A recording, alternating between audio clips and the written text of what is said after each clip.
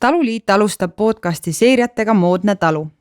Nendes podcastides ehk eestikeelse nimetustega taskuhäälingutes toome teieni Eesti moodsaid talulugusid, eesmärgiga tutvustada neid lugusid laiemalt toidutootjatele ja tarbijatele, põllumajandustootjatele, hobitalunikele, profikokkadele, aga ka kirglikele kodukokkadele ja kõigile Eesti toidu nautlejatele, kes mõjutavad seda, kuidas me praegu toitu toodame ja sööme.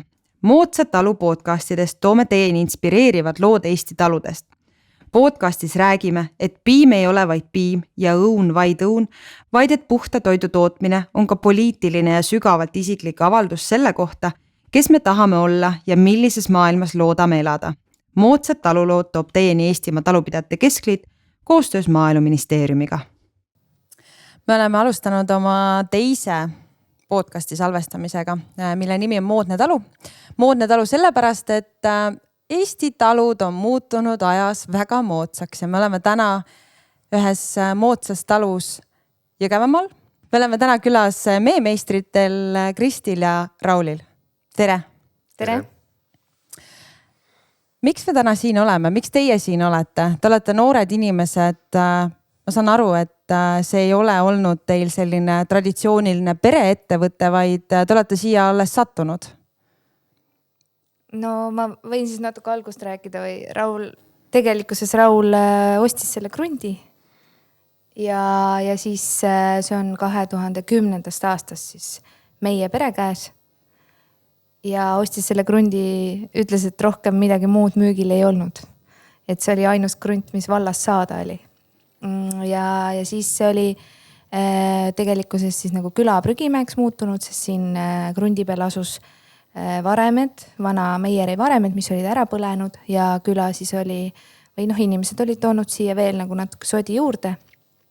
Nüüd me oleme siis siin toimetanud, et tegelikult aktiivsemalt alles aastast 2016, kui valmis meie tootmishoone esimene etapp ja siis 2018 teine etapp ja siis oleme siia järjepanu juurde rajanud hooneid, mida meil vaja on. Ja nüüd siis eelmisest aastast, koroona aasta kevadest otsustasime, et me hakkame taastama enda vana Meiereid ka. Et valikuid oli 2, kas lükata kokku või taastada. Ja siis mina võtsin selle kuvalda ja hakkasin siis seda Raulasi kõigepealt ära puhastada ja mina hakkasin kuvaldaga lammutama ja päästma neid punaseid tellist. Ma teadsin, et neid läheb päris palju pärast vaja. Ja nüüd me oleme teinud talgute korras oma sõpradega koos. Nii palju taastamist, kui me oleme suutnud, et 8 korda oleme koos käinud ja nii palju on saanud tehtud, et nüüd siis natukene veel koerasabast üle minna ja ehk saab katus alla järgmiseks aastaks. Ja siis saab üks tore hoone meie tegemistesse juurde ja lisab siis selliseid uusi ja teistmoodi võimalusi meile siis külalistega toimetada, et saame rohkem külalisi vastu võtta, eriilmelisemaid üritusi pakkuda ja enda tooteid paremini eksponeerida. Kas te olete muidu ise siit kandist pärit või mis side meil üldse teil selle konkreetse kohaga on, et te otsisite seda talu kohta, ma saan aru, maa kohta? Jah, me tegelikult oleme ise Põltsamaalt pärit. Küll tegelikult linnalapsed, et me ei ole nagu maalapsed olnud. Aga just see Põltsamaa lähedus ongi see oluline meie jaoks, et me tegelikult suved saame siis veeta Põltsamaal, et meil on siin mõlemal vanemad ja siis nii-öelda tootmine siis toimubki siis meil siin. Aga enne seda, kui me selle kinnistu siis ostsime, tegelikult oligi see, et minu eelmises töökohas sai lihtsalt sellest tööst sai nii kõrini, ja tahtsin midagi muud teha. Ja siis muu mõte siis tekkiski see, et nii-öelda koos oma ema elukaaslasega alustada mesindusega. Tegelikult tema oli juba varasemalt hobimesinikuna toimetanud. Ja siis oligi mõte, et teeme selle asja natuke suuremaks. Et see oli siis aastal 2010 umbes täpselt. Sellel ajal mesindus ei olnud üldsegi populaarne, olid mõned üksikud suuremad ettevõtted ja väikemesinikud. Ja siis see tundus väga perspektiivikas tegevus. Ja siis põhimõtteliselt saigi eelmine töökoht lõpetatud ja alustatud siis väikeettevõtjana ja mesindusena. Ja päevapealt seda? Põhimõtteliselt? Põhimõtteliselt küll, jah. No, ja mis väikse kaaslane tõuke vist sellest? andis sellest lapse eelviimase lapse sünd. Ühesõnaga Raul läks mingil hetkel Olustvere õppima. See oligi lihtsalt loogiline jätk, et sa nii-öelda, ma tegelikult sellest mesindusest ei teadnud nagu tuhkagi, et olin näinud, et lendab kuskil, aga et sellest asjast nagu paremini aimu saada, siis avati just Olustveres mesindusõppe ja siis ma läksin siis nii-öelda aastaks õppima. Peale seda ma siis veel sain praktikale, käisin Soomes, suur mesilas, kus oli 1000 mesilasperet, käisin seal praktikal ühe suve ja siis ma veel 3 aastat käisin veel nii-öelda tööl ka. Et mesindusettevõttes? Jah, selles samas mesindusettevõttes. Et see andis nagu väga suure tohutu teadmiste pagasi ja kogemuse nii-öelda, kuidas üldse mesilastega nagu toimetada ja kuidas seda mesindusettevõtet nii-öelda üles ehitada. Et eks siin selles hoones on ka päris palju selliseid ideid, mis ma nii-öelda nägin sealt Soomest ka, et nii-öelda olen rakendanud neid kõiki asju. Aga mis Kristi sellest kõigest siis arvas, et tema, ma saan aru, tuli hiljem natuke järgi, et kohe seda elumuutust 100% ei teinud, et. Ja, see sai alguse kõik siis, kui tegelikult Raul tuli sellest töökohast isapuhkusele ja siis ta hakkas mesinduseks huvi tundma ja käis koolis ja läks Soome praktikale, siis meile sündis veel 3. laps ja siis, kui 3. laps oli aastane, siis ma tundsin, et ma ei jõua enam, et nüüd äkki peaks hakkama Eestisse tagasi tulema ja siis hakkas Raul rajama siis enda ettevõtet. See on tegelikult paras selline eneseproovile panek ja julgus teha otsuseid, et ma lõpetan nagu palgatööl käimise ära ja hakkan ise teenima. Aga mina küll ei kahelnud sellest, sellepärast, et minul oli endal juba mõned ettevõtted olemas sõbrannaga ja ma sain aru, et mida rohkem sa sinna panustad oma mõtteid, tööd, armastust ja energiat, seda rohkem see ettevõtlus toob sulle tagasi. Ja siis mina olin siis lastega kodus ja tegin seda oma ettevõtteid Tartus ja siis nagu julgustasin Rauli, et jaa, muidugi, et see on nagu äge mõte. Alguses Raul müttas siin siis koos teise mesinikuga kahekesi ja mina võtsin enda peale disaini, et alguses oli meie purgid ikkagi väga klassikalised, ümarpurgid ja mesilaste piltidega kaaned ja nagu hästi klassikaline. Mina ütlesin, mina nii ei taha, et ma tahaks midagi kogu aeg, midagi ägedat, uut, teistmoodi ja siis sealt tuli edasi siis ka maitsemeed ja kogu see, ütleme, disain ja kodulehed, Facebook, et see siis jäi minu peale, aga ma olin ikkagi reaalselt rohkem Tartus ja suveti olin siis siin maal. Aga nüüd ütleme, paar aastat on olnud ikkagi ettevõtte nii palju laienenud, et siis ma panin pigem oma Tartu ettevõtluse natukene rohkem ise käima, et ta toimetab seal ise ja mina olen nüüd siis meemeistrites, et saame koos kahekesi hommikuti tööle sõita. Ja see on ka nagu väga tore. Väga oluline, eks ju, selles mõttes, et ma just tahtsingi öelda, et tegelikult teie disain on väga hästi silma paistnud, et üldse selline tootearendus ja disain, sotsiaalmeedia, kui suurt olulist rolli see teil tegelikult kogu oma toodete müügis mängib. Et me teame, et meil on hästi palju erinevaid, ütleme siis erineval tasemel siis väikeettevõtjaid, kes on brändinud või üritanud brändida või üritamas brändida oma tooteid. Et me teame, et tarbija ta läheb poodi, tal on suur valik erinevate värvidega silmapaistvaid pakendeid, et kui olulist rolli te tegelikult näete oma tarbija juures seda, sest oluline teie puhul on ju see toode, eks ju, et see on väike ettevõttes puhas kodumaine. Et aga kui suurt rolli tegelikult selline sotsiaalmeedia ja see bränding tegelikult esimene ikkagi lähtepunkt on see, et toode ise peab olema väga kvaliteetne ja puhas ja seda teab iga väiketootja, et eriti väiketootja ei saa endale lubada halba toodet, eriti Eesti mastaabis, see maksab valusalt kätte. Ja nüüd muidugi see disaini pool, nii palju kui me tagasisidet oleme saanud, on see kõik alati väga positiivne ja sa näed, et üha enam inimene valib siis nii-öelda, et kuna tegemist on kõigil ju ikkagi hea tootega ja see on väga sarnane toode just klassikalise mee osas, siis eristumine toimub selle disaini osas ja eelistavad siis endale meelepärasemat ja ma olen ikka lähtunud kõigis oma tegemistes sellest, et kui mulle väga meeldib, siis ma loodan, et ma kannan seda toote tugevust ja seda ilu edasi ka oma klientidele, et siis ka neile see üldjuhul ma loodan, et meeldib, et olen õppinud ennast siis usaldama selles osas. Ja meil on muidugi väga, väga meeldib koostöö ühe disaineriga, kes on algusest peale meie asju teinud. Hästi selles mõttes tore ja tegelikult ma näengi, et väiketootjate puhul on oluline just need inimesed seal taga, eks ju, seesama lugu, et teil on ka agroturism, eks ju, teil on võimalik tulla teie tootmisega tutvuma, eks ju, koha pealt tooteid ostma, et kui suurt rolli üldse nagu agroturism täna teie tegemistes siis mängib, et kas on üks oluline müügikanal või pigem on lihtsalt see, et ma olen avatud, tulge vaadake, kuidas toimub tootmine ja te siit te saate ka otse siis niinimetatult tootjalt tarbijale siis neid tooteid osta? No ta on oluline meie jaoks, aga meil on ikkagi mõned kitsaskohad. Et meil ei ole nagu sellist ruumi, kus sellist mõnusat degusteerimist teha.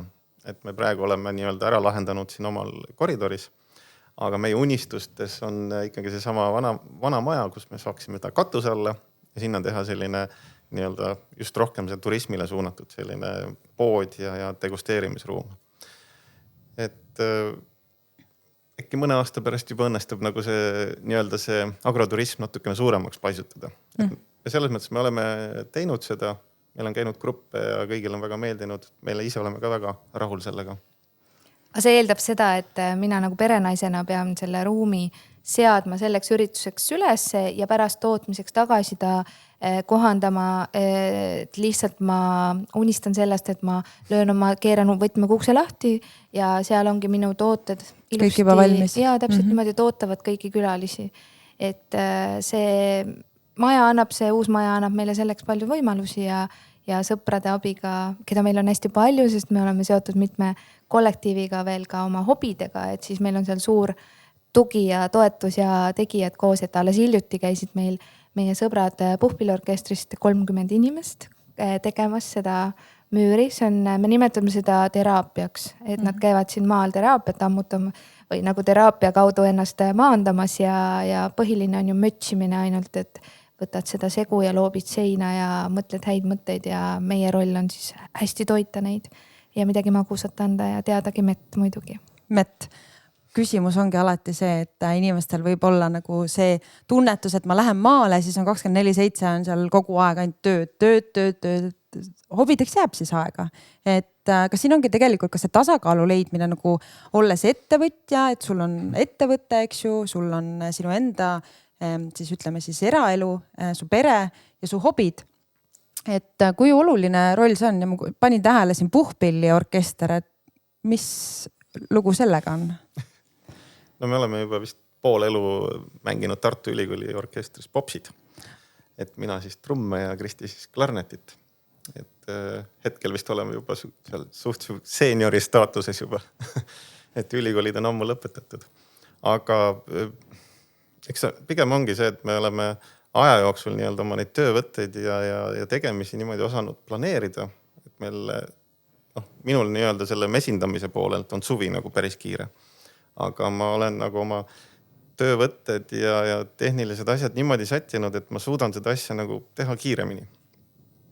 Ja tänu sellele siis tekibki tegelikult võimalusi nagu ka muid asju teha. Et kui ainult nii-öelda 7 päeva nädalas kogu aeg ainult mesilastega möllata, siis lihtsalt hakkab aju natuke kärssama. Kaob motivatsioon ära. Et selle ma olen juba üle elanud tänu sellele, kui ma Soomes töötasin, et seal õnnestus seda nii-öelda teha, et tegidki seal 7 päeva nädalas tööd, et see lihtsalt suve lõpuks lihtsalt väsid nii ära, et sa ei taha enam mesilasi nähagi. Et aga praegu me suudame oma tootmist niimoodi planeerida. Ütleme jah, praegusel momendil on see valmistumine nii-öelda meie põhimüügi ajaks jõuludeks võtab nagu päris palju aega ja mahtu, aga selle peab üle elama ja selle ära tegema, et siis saab jälle uuest aastast jälle rahulikumalt elada. Et kui ma nüüd tagasi vaatan mõne aasta tagusele ajale, kus noh, et me olemegi päris palju, Raul muudab seda nii-öelda meevõttu või mee vurritamist mugavamaks. Ja kui nüüd mõtled sellele ajale, kui meil ei olnud seda mugavat suurt seda vurri ja liini sinna otsa ja lahtikaanetajad kõike, et siis sellel hetkel, kui sul neid ei ole, siis sa teed selle töö ära ja sa saad aru, et on raske. Ja kui see sulle tuleb, siis sa saad aru, et miks ma seda küll varem ei teinud, aga iga asi tulebki õigel ajal ja õige siis, kui võimalused on. Samamoodi on nüüd selle pakendamisega ja toodete siis erinevate toodete tootmisega, et me oleme järjest siis või Raul on siin väga ägedaid lahendusi leidnud, nii et töövõtted on muutunud ka sinu kehale vähem koormavaks ja kiiremaks. Et sa saad siis jälle see, et meie põhiline ikkagi eesmärk on olla rohkem oma perega koos ja tegelikkuses, noh, olgem ausad, me oleme neid lihtsalt kaasanud ka siia suviti, käivad nad meil abis tööl ja siis ka nädalavahetustel on nad abis. Et tore on see, et neile on motivatsiooni siia tulla, neile meeldib, noh, et siin on nagu äge ja meiega koos ja meil on mingid rituaalid, et lähed linna õhtul pärast rasket tööd ja siis meil tänava otsas on ujumiskoht, et sa lähed sinna jõkke ja ujud ja siis lähed koju veel võib-olla sauna ja et sellised väiksed hetked, aga üheskoos lähendavad ja annavad jõudu teha need, et me teeme asjad ära, et iga asi sammhaaval. Kas teil on pereettevõte või teil on kaasatud ka tööjõudu väljapoolt teie pere? Meil puhtalt pereettevõte, jah. Meil nagu lisatööjõudu hetkel ei ole vajadust olnud. Mingitel momentidel võib-olla oleks vaja, aga noh, see on täpselt nii, et 2-3 päevaks ei ole ju võimalik leida kedagi niimoodi. Et siis ongi lihtsalt vaadata telefoni ja raamat läbi, et kes sõpradest võiks appi kutsuda? No ütleme, tootmise puhul ei ole nagu abikäsi nagu vaja olnud, et pingutame ikkagi ise ära, et teeme siis paar tundi kauem ja saame hakkama tegelikult. Aga nüüd tarbijate poole pealt, et me teame, et meil oleme rääkinud või noh, on ka meediast väga palju läbi kostunud ja ka tegelikult tootjad on rääkinud sellest mee kvaliteedist, et täna me läheme siis suurtesse toidupoodidesse, eks ju, reeglina meie kodupoodidesse. Inimestel on seal 10 erinevat mee valikut, et seal on nagu see küsimus, et kuidas ma saan garanteerida, et see mesi, mida ma täpselt seal ostan, tegelikult on, ütleme siis, see kvaliteetne mesi, mitte ei ole nagu nimetatud suhkruvesi. Et kuidas nagu tarbija peaks sellest aru saama? No meie tahaks ikkagi uskuda, et Eesti tootjad on kõik ausad ja teevad väga head tööd oma toodetega ja me oma klientidele ütleme, et kodusta endale üks mesinik, jää talle truuks ja fänna tema tooteid. Nii sa toetad tema jätkusuutlikkust ja saad ise alati näha, kus ta toodab, kuidas ta toodab ja sa tunned seda inimest läbi lõhki, et igas tootmises võib tulla apsakaid või on mesinduses on siin tead väga spetsiifilisest tingimustel vahel on mesi, võib minna käärima. Mis iganes probleemid sul on oma mesinik, kelle juurde sa lähed, räägid oma mure ja saad sellele lahenduse. Et kui nüüd poes valikuid teha, no ma jätkuvalt tahaksin väga uskuda, et Eesti tootjate seas ei ole selliseid, kes teevad niimoodi, et see oleks kuidagi toode ebakvaliteetne. Samas me oleme teinud avatud talude päeval paar aastat tagasi testi nii-öelda levinumatest müütidest, kuidas saada teada, et mesi on õige ja teinud need müüdid siis läbi nii meelaadse tootega kui kvaliteetse meega. Ja tulemused on need, et nüüd ükski nendest müütidest ei pea. Mitte ükski. See kord oli üks õige, teine vale ja vastupidi. Ehk siis seal ei ole väga sellist, need on nii hästi järgi tehtud juba, kui me räägime Hiina meest näiteks või et seda ongi väga raske silmaga aru saada ja mullikesi seal lugeda ja vaadata voolavust ja mis iganes. Need on 100 erinevat varianti pliiatsiga ja pendliga ja sõrmusega. Me oleme kõike neid näinud ja lihtsalt ausus ja isiklikud suhted siis mesinikega. Ma ikka jätkuvalt kutsun kõiki üles endale kodustama üks tore mesinik. See on hästi hea mõte minu arust, et tõesti, et kui sul on olemas see kontakt tõesti, no mis iganes juhtub, et sa tead, sa küsid, sa saad lahenduse, sa näed, kus, mida toimub. Raul, ma küsiks sinu käest, et mida saab mesinik teha, et tagada selle hea kvaliteedi või ütleme nüüd, et kodumaine mee tootmine on üleüldiselt kvaliteetne? Või on siin nagu mingid asjad, mida tegelikult saab mesinik teha, et garanteerida just selle oluliselt kõrge kvaliteedi? No, eks need töövõtted ongi need põhiliselt, et selles mõttes, et seda mett nii-öelda õigel ajal maha võtta ja vurritada. Et kui liiga vara teha, siis ei ole see kvaliteet kõige parem. Ütleme nüüd lihtsalt töövõtted ja neid jälgida ja nii-öelda kui siis see asi nagu ka on hea. Et kas või näiteks, kui mett sulatada näiteks, et siis mitte üle kuumutada, vaid selle jaoks on nii-öelda olemas aparaadid, millel on termostaadid peal elektroonilised, et määradki täpselt selle õige kraadi ja ta ei lähegi kuhugi kõrgemale. Et ega siin, ja ütleme, mesinduse poolelt võib-olla veel valida nii-öelda puhtamaid alasid, kus mesilased on ja kus nad korjavad seda nektarit. Ma arvan, et ega siin midagi keerulist ei ole. Et me siia sõites tegelikult, ma nägin, et see on siuke põllumajandustootmise kants, et hästi palju on põllumajandusettevõtjaid teie piirkonnas. Et kuidas teil nagu koostöö põllumajandustootjatega siin piirkonnas on? Et sa just ütlesid seda, et on oluline valida neid puhtamaid piirkondi, kus siis oma mesilinde korjale viia. Samas me teame, et põllumajandustootjate jaoks on ka mesilinnud väga olulised koostööpartnerid. Et kuidas teil need suhted siin lähinaabritega on just põllumajandustootjate poole pealt? Me oleme siin päris mitu aastat koostööd teinud küll, jah. Põllumehega oleme siin nii-öelda seda mesindus korjealasid teinud. Ehk siis põllumees nii-öelda külvab siis selliseid taimi ja siis mina viin oma mesilased sinna juurde. Nüüd viimased aastad ta ei ole seda enam teinud, aga selles mõttes on koostöö selline, et kui ta külvab mingi põllu ja ta arvab, et mul mesilased võiks seal olla, siis ta kindlasti helistab mulle kevadel. Ja siis selles mõttes on nii päris sõbralikud suhted siin nende põllumeestega küll. Et pigem positiivne. Jaa. Kuna ma olen ise majandus- ja sotsiaalkomitee liige Euroopa siis ja Brüsselis käies, meil oli üks kodanikualgatus, mille pealkiri siis eesti keeles võib olla, et pääske mesilased ja talunikud. Ja see kodanikualgatus kogus 1,2 miljonit siis eurooplase hääle või allkirja.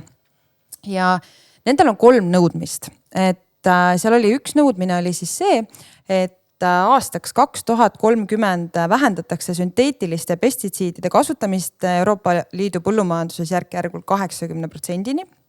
Ja nad siis näevad, et aastaks 2035 töötab kogu liidu põllumajandus ilma sünteetiliste pestitsiidideta. Oluline roll teine oli ka siis elupaikade taastamine. Ja kolmandaks nad rõhutavad seda, et tuleks toetada põllumajandustootjaid ja just väikeseid, mitmekesiseid ja jätkusuutlikke talusid.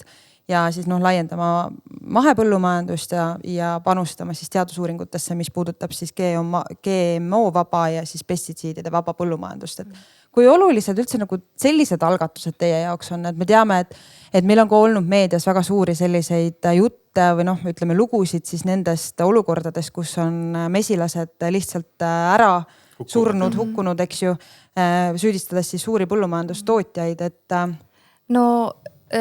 ma võin nagu siis kiita meie piirkonna tootjaid, kes kui meil on ka kuskil põlluniidu servas olnud ja nende ala jääb sinna lähedale ja nad tahavad millegi pärast siis nagu pritsida, siis nad teavitavad meid, veame oma mesilased ära, mis on nagu väga meeldiv suhtlusvorm, ehk siis austavad meie tootmist ja meie tegemisi ja meie mesilased ei hukku, sest meie mesilased on meie töötajad. Nüüd, mis puudutab, mulle meeldib see, mida ma olen ka Rauliga palju rääkinud, et meil ei ole mahemärki, aga me käitume nagu me oleksime mahedad, ehk siis me tahame järjest paremaid korjealasid oma mesilastele, me jälgime nende tervist, meil ei ole olnud juba aastaid sellised juhtumid, millest me küll meedias oleme lugenud ja loomulikult me tahaksime järjest rohkemat puhast toitu, puhast mett, aga et alati märk ei ole see, mis on nagu nii oluline, sest need märgi saamiseks on teatud tingimused. Suurtel tootjatel on seda raskem täita, aga oma sisimas ja oma käitumises püüame me olla võimalikult siis loodussõbralikud, just pigem mesilaste sõbralikud ja mahedat jälgides, ehk siis, et saada võimalikult head kvaliteetset mett, mida me siis ka proovidega analüüsime ja jälgime, et ta oleks hea kvaliteediga. Aga see väiketootjate toetamine, mina ise olen, me oleme nüüd siin juba 2016 aktiivselt tegutsenud 6 aastat ja üha enam tunnen, et tahaks väga teha koostööd väikeste talunikega, keda meie piirkonnas napib. Et minu arust just see mitmekesiste väiketalunike olemasolu annab piirkonnale väga palju, et kui me lähtume ka sellest, et kogu sinu toidulaud võiks tulla 20-30 kilomeetri raadiusest, siis seda siin piirkonnas on ikkagi raske teostada, sest sul on suured tootjad, kelle tooteid sa leiad siis pärast või nende tooted lähevad allproduktina kuskile suurte tootmisesse. Et selliste väikeste talude ellu äratamine, toetamine, väikeettevõtjate toetamine 2 käega poolt, see ei ole kerge, see on elustiil ja selleks tuleb endaga hästi palju läbi rääkida, mida ma tahan, kui palju, kui kaugele ma tahan laieneda ja just see, et Raul on ka öelnud, et mingist piirist üles ta ei tahagi rohkem laieneda, vaid ta tahab hoida seda balanssi, pigem püüda läbi väärindamise, leida võimalusi selle sama koguse mees siis rohkem tulu saada. Ja lisaks siis mitmekesistada oma sellist tegevust, majanduslikku tegevust ehk agroturism, kindlasti üks. Lisaks siis Raul on rajanud siia ka päiksepargi, mis on kindlasti üks lisa jälle mitmekesistada oma tegevust ja meil veel mõtteid, et meil nagu mõtetest puudust ei ole, aga nagu ma olen öelnud, ma olen ise muidu väga kärsitu inimene, Raul on sellest väga rahulik, aga et kärsitust maha tõmmata, peabki olema tasakaalustav, et iga asi tuleb omal ajal, üle ei ole mõtet teha asju, sest sa ei suuda neid siis ära realiseerida. Ja, see on väga ilus mõte, et selles mõttes tõesti, et see mitmekesisus, ta teatud mõttes maandab riske, eks ju ka ettevõtlusriske ja kui te saategi oma mingi väärtuse siis realiseerida mingi teise tegevusega tõesti nagu agroturism, et siis see on väga positiivne ja oluline. Et ma olen ise paar aastat hinnanud Priias alustavate põllumajandustootjate siis projektitaotlusi. Ja ma pean ütlema, et seal on väga palju on noori, kes tegelikult näevad, et nad tahaksid alustada mesindusega. Et kas te näete, et see on nagu lihtsalt tingitud sellest, et võib-olla on sellesse sektorisse on lihtsam siseneda, seal ei ole siis need investeeringud võib-olla alustamisel nii kõrged. Samas me teame seda, et meie põllumajandusstruktuur on selline, et meil on väga palju suuri ettevõtteid, meil on palju väikeettevõtteid, kes kõik konkureerivad maale, põllumajandusmaale. Et siin ei olegi sul võimalust, alustada, ma ei tea, suure piimatootmise või mitte kas suure, aga ütleme piimatootmisega või siis teravilja kasvatamise, mingi muu taime kasvatamisega, mis nõuab suurt maaressurssi. Et mu küsimus võib-olla oleks ka siin see, et kas te üldse nagu teie, kui te olete nagu selle teekonna läbi teinud, et kas te näete, et sellel on nagu potentsiaali maaettevõtluses, et me istume siin, tegelikult siin on vägevad tooted, et te mingi potentsiaali kindlasti olete leidnud ja ma näen ka tegelikult sära teil silmis, et aga mis oleks nagu teie võib-olla soovitus nendele noortele? Et sellel on tegelikult nagu 2 aga. Et üks on see, et see on väga tore, et kui sa alustad mesindusega või ükstapuha mis ettevõtlusega, sa soovid ennast harida. Üldjuhul siis käiakse ju ka koolis, sest ettevõtet luua ei ole mõtet olematute teadmiste pinnalt. Ehk siis, et kui on mida enam on haritud mesinikke, seda tervemad on Eesti mesilased ja seda kvaliteetsem on see mesi, mis meie turul liigub. Teine on nüüd küll see, et tõesti Eesti on teatud piiratud maalaga ja on juba tegelikkuses täheldada küll neid korjalade nappusi või siis ka kattuvusi mesinike poolt ja see tekitab mingitel juhtudel ka probleeme, et võib-olla nendel juhtudel, kus teatud heast tavast kinni ei peeta. Et hea tava, et sa jätad ruumi enda mesilastele ja teistele ka, et sa ei trügi liiga külje alla, vaid aktsepteerid siis seda nii-öelda korjeala, mis on see korjeala suurus. Et eks siis pead vaatama, mina ikkagi ütlen, et kui sa teed oma ettevõtte ja võib-olla ei plaanigi väga suureks kasvada, siis ma usun, et nende päris mikroettevõtete jaoks on ikka ruumi.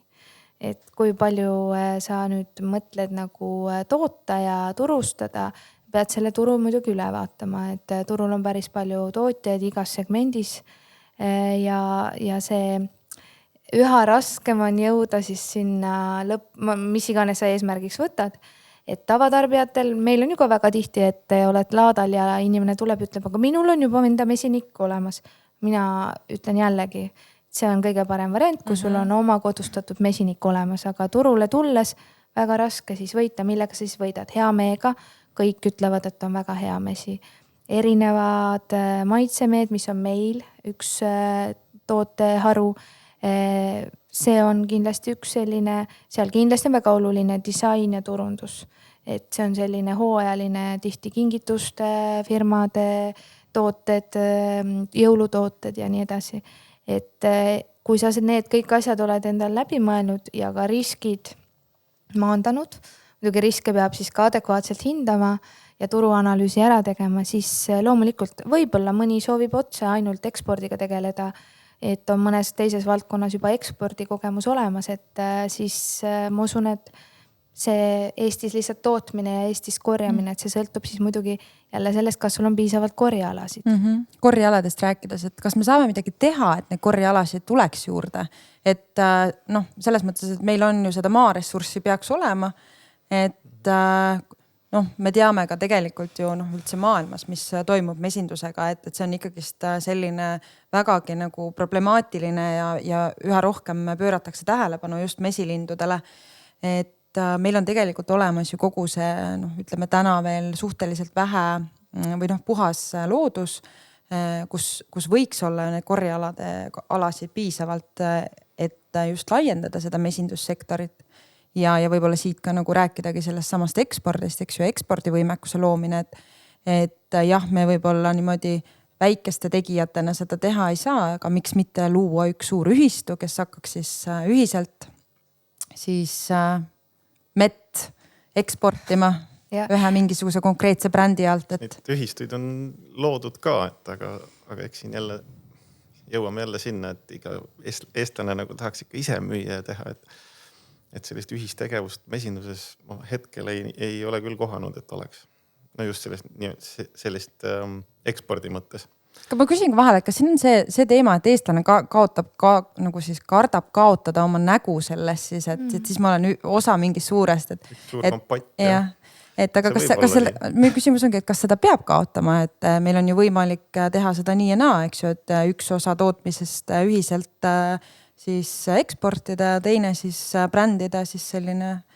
No eksport muidugi eeldab suuri mahtusid. Ja, see maht tulebki ühiselt. Et seal ongi see, et ütleme nii, alla 100 tonni ei ole vist mõtet nagu üldse eksportida. Et 100 tonni jälle on päris suur kogus, päris mitme peale kokku saada.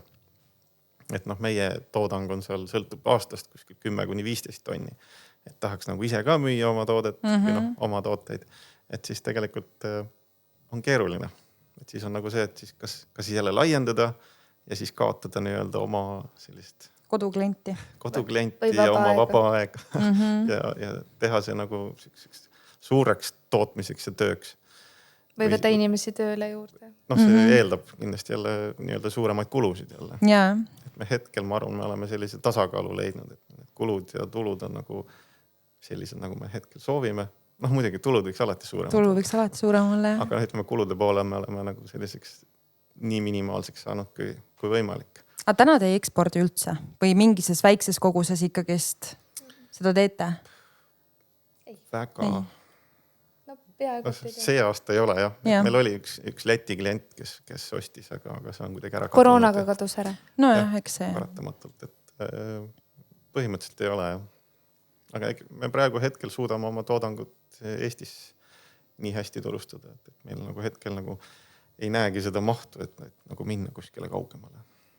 Käisin eelmisel aastal ühel koolitusel ekspordi ABC ja sain siis lõpuks, tegin siis analüüsi enda ettevõtte kohta, mis on väga head, need sellised koolitused ja tihti väikeettevõtjale ka leitakse seal väga kas soodsaid või siis lausa tasuta võimalusi. Soovitan ära käia ja sain siis teada, et meie ettevõtte võimekuse ja mahu juures piisaks siis või ongi võimalik lahendus ainult üks Põhja-Euroopa linn, näiteks Oslo või Oslo lähedane linn ja seal mõned poed ja rohkem me tegelikult ei suudakski. Ehk siis sain nagu reaalsuses aru, mis on meie ekspordivõimekus. Absoluutselt, mis on oluline. Ja mis on siis, et mida ma selle teadmisega siis ette võtan, et kas see rahuldab mind või ei rahulda, kas ma liigun selle suunas, teen investeeringuid või ei tee. Et eks see tuleb lauda siis, kui Eesti turg hakkab mulle kitsaks jääma ja ma ei suuda oma tooteid ära turustada. Et meega on see hea, et see ei ole nagu piim, et läheb ruttu halvaks, et mett on võimalik ikkagi mitu aastat turustada. Me oleme siin Jõgevamaal. Me teame, et siin on viimasel ajal on olnud vähemalt jahimeeste seltsi kodulehe pealt tulnud väga huvitavaid pilte, et teil on siin siis karud ja suurem hulk karud on üle Eesti. No selles mõttes ütleme nüüd, et tekitavas muret, probleeme, et just põllumajandustootjate poole pealt ka, et nad on siin Jõgevamaal palju pahandust teinud, lõhkunud siin silorulle ja nii edasi. Et kuidas teil suhe siin karudega on? Meile üldiselt karud meeldivad. Aga tui, meil nad ei ole kahju väga palju teinud. Et korra võib-olla aastas käib midagi tegemas, et see aasta oli ka ühe korra. Aga siin lähiümbruses väikemesinikel on ikka ka suuremaid kahjusid tehtud.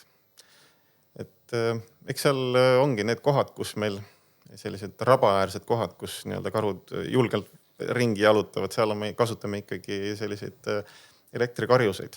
Et see on selline preventatiivne, et kui ta sinna peaks sattuma, siis ta saab selle elektrilöögi ja siis ta lahkub.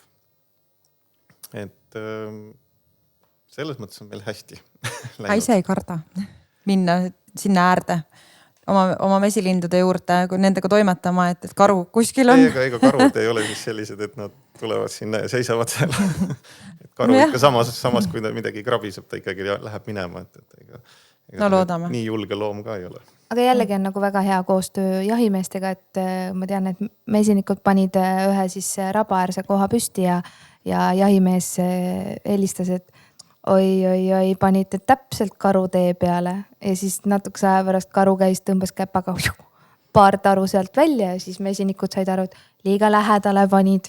Et tuleb, aga nagu edaspidi ta vist sai sealt ikkagi nagu natukene särtsu ka ja rohkem tülitamas ei käinud, et olime küll tema tee peal, aga ta leppis, läks ringiga.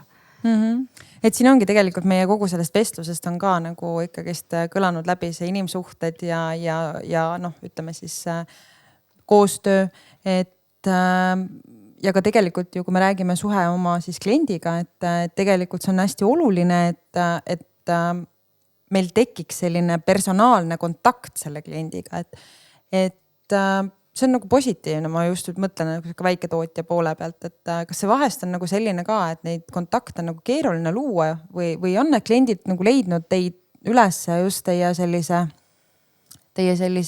võib-olla hästi korraldatud sotsiaalmeedia ja üldse nagu kommunikatsiooni, reklaami poole pealt? Ma arvan, et rohkem kliente tekib meil laatadel. Käime päris palju laatadel nii-öelda oma tooteid ja nii-öelda degusteerime nii-öelda oma tooteid ja pakume müügiks. Et nendest otsekontaktidest tekib tavaliselt hästi palju nagu selliseid püsikliente meile. Kõige raskem on klienti hoida, et kui tuleb järgmine laat, me käime ikkagi teatud valitud laatadel, Tartu laadad kindlasti, kuna me ise talveperioodil ju elame Tartus, lapsed käivad Tartus koolis ja kusjuures mesiniku asutatud koolis, mis on väga tore seos. ja siis saad inimestega seal kokku, annad neile degusteerida ja see otsekontakt, kus sa oled temani jõudnud läbi usalduse võitmise otse toote degusteerimise kaudu, on kõige tugevam side ja seda hoida nagu on nagu täitsa okei, aga kui sa kuidagi anonüümselt e-poes müüd ja sa tegelikkuses täpselt ei saa aru, et mis tema ootused olid ja et kas ma vastasin sellele ja pakid küll ilusti ära, aga kui nüüd kordustellimust ei ole, et kas siis oli see, et oli liiga ei maitsenud, midagi ei vastanud ootustele või oli hind kallis või vot selline tagasiside siinkohal. Ma toon ühe ettevõtete, selline väikeettevõtjate murekoha välja, et ma võiks ju küsida tagasisidet, eriti lihtne ju e-poe klientidelt seda ikkagi vähemalt edastada, aga siinkohal tuleb käiku ajapuudus. Et kui sa ikkagi oled 5, 7, 8 tundi keerad ainult purke või sildistad purke, siis päris reaalselt lihtsalt ei olegi aega sellega tegeleda ja õhtul on sul juba perekohustused ja huviringid mõned. Ja siis lihtsalt mõtteid on ja saad aru, et seda kõike peaks tegema, lihtsalt jääb aja taha.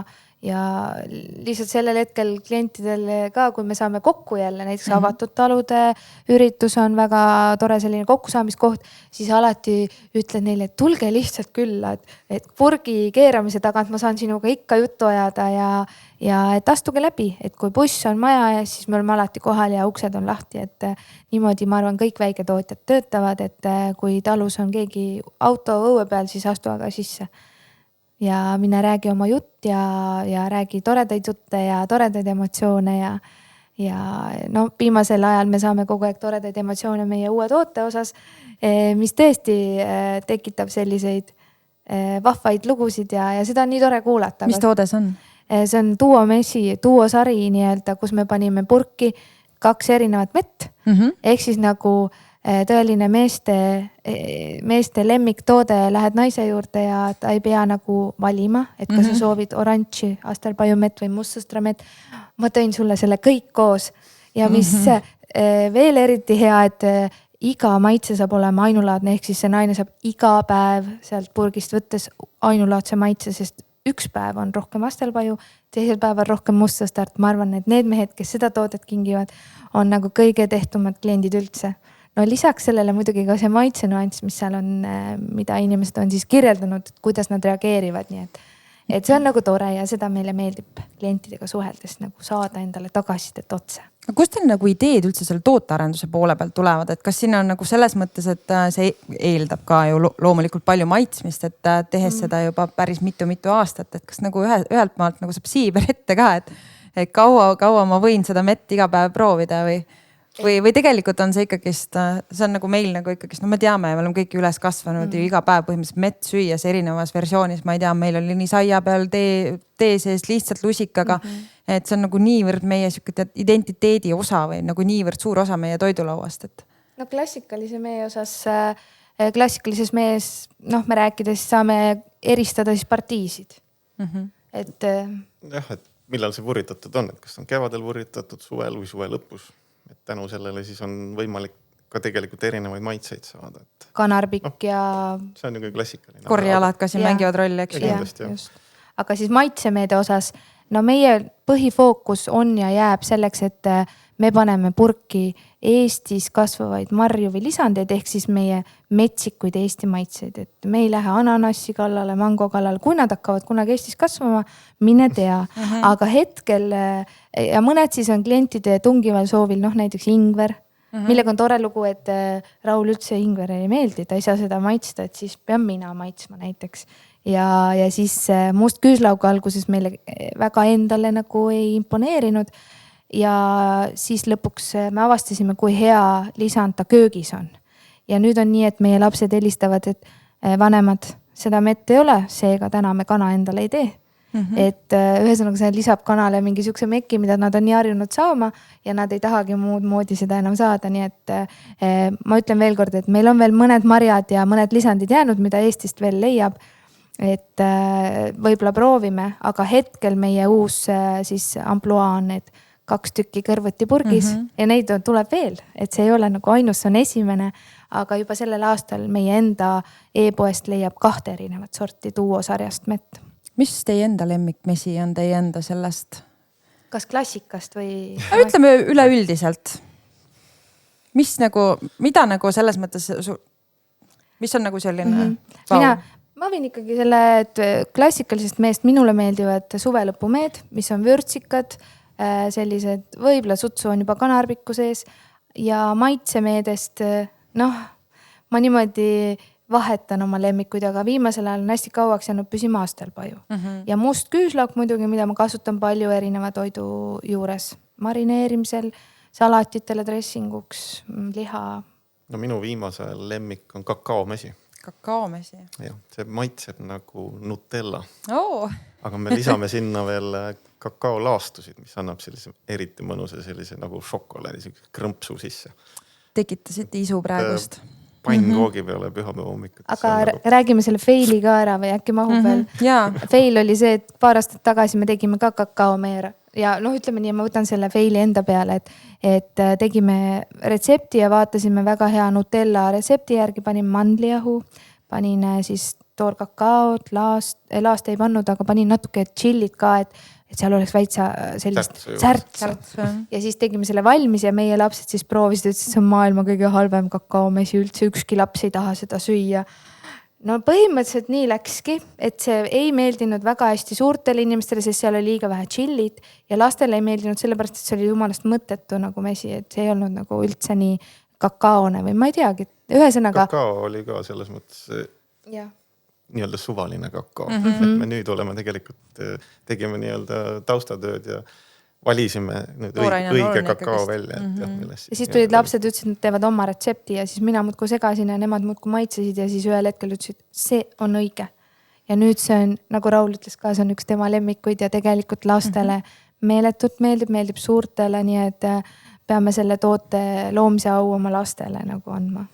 See on tore. Ega tegelikult ju lähtuvalt meie enda klientidest me ju neid tooteid ka arendame. Mida ma olen ise tähele pannud on just see, et väikeettevõtjatel ongi võimalus nagu proovida ja katsetada erinevate maitsete, erinevate lisanditega. Et nad ei pea rahuldama tuhandete inimeste siis sellist üldist ühtset maitsemeelt. Kui me räägime suurtootmisest, eks ju, kelle tarbijaid on nagu ühest otsast teise, ühest äärmusest teise, ühest vanusegrupist teise.